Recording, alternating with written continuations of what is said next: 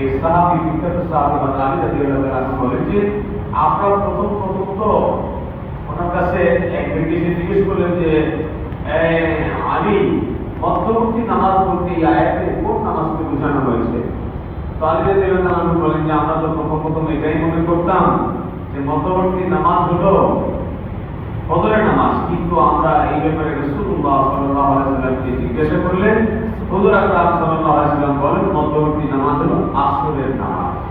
এই সময় মানুষ ম্যাক্সিমাম গাফলাতের সাথে থাকে, কেউ খাওয়া দাওয়া করে ঘুমায় থাকে, কেউ কাজকর্মের মধ্যে থাকে, এত ব্যস্ত থাকে যে এই নামাজে গুরুত্ব দিতে চায় না।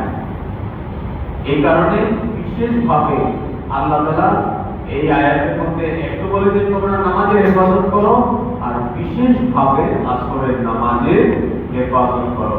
আসর এই সময়টা এটা একটা গুরুত্বপূর্ণ সময়।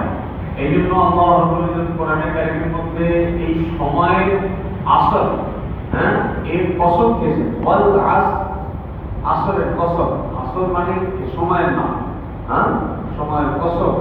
এই যে আসরটা হচ্ছে যে সময় সূর্য ঢলে যায় সেই সময়টা, এটা এমন যেমন নাকি কিয়ামতের পূর্ববর্তী ওয়াক্তকে এরকম মনে করা হয়। যেমন সারাদিন কাজ শেষে একজন কৃষক অথবা একজন পশুপালক সে সারাদিন মরুভূমিতে সে তার পশুগুলোকে চড়াইছে, কিন্তু যখন আসরের রক্ত হয়ে যায় তখন সে তারাইতে শুরু করে সবাইকে, মানে এমন একটা তাড়াহুড়া যে সন্ধ্যা হওয়ার আগে যেন সে তার নীড়ে ফিরতে পারে। এই সময়টা সব মানুষ সে তার কাজ কামকে গুছায়, কৃষক তার ক্ষেতের কাজ শেষ করে আসে, জমিদার অথবা ব্যবসায়ীরা তাদের বাজারে যারা সাপ্তাহিক বাজারগুলো করে সারাদিন বাজার ঘাট করার পর বিকালের দিকে সে তার হিসাব কিতাব শুরু করে, কি বিক্রি করলাম, কি শেষ করলাম।